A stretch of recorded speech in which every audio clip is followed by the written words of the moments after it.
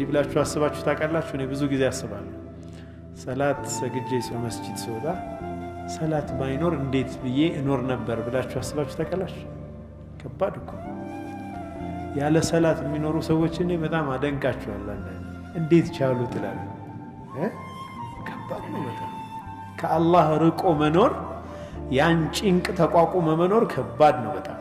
من أعرض عن ذكري فإن له معيشة ضنكا ونحشره يوم القيامة أعمى قال لم حشرتني أعمى وقد كنت بصيرا قال فكذلك أتتك آياتنا فنسيتها وكذلك اليوم تنسى إننا كالله من قد كني تقساس ራሳቸውን ያራቁ ሰዎች በዱንያ ውስጥ የጭንቅ ኑሮ ለነርሱ አላቸው ይላል አላህ Subhanahu Wa Ta'ala فإن له معيشة ضنكا ለዛ ሰው የመጨናነቅ የጭንቅ ኑሮን በሱ ላይ እናደርጋለን ይላል።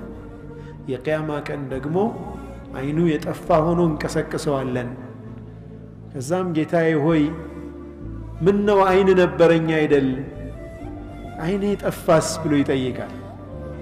فكذلك أتتك آياتنا دنيا وسط ينيا تقساس ينيا آية ودانت متع فنسيتها رسحت زنقات وكذلك اليوم تنسى يسراهن من دا زاري دقمو أنت ترسى الليل على الله سبحانه وتعالى الله يتوفيق السوني يقربوا سوتشس دنيا مست دستا أخيرام دقمو كالزاي بلتا ليو حياتي تبقى شوال مالتنا والله كنا نيادر إن شاء الله.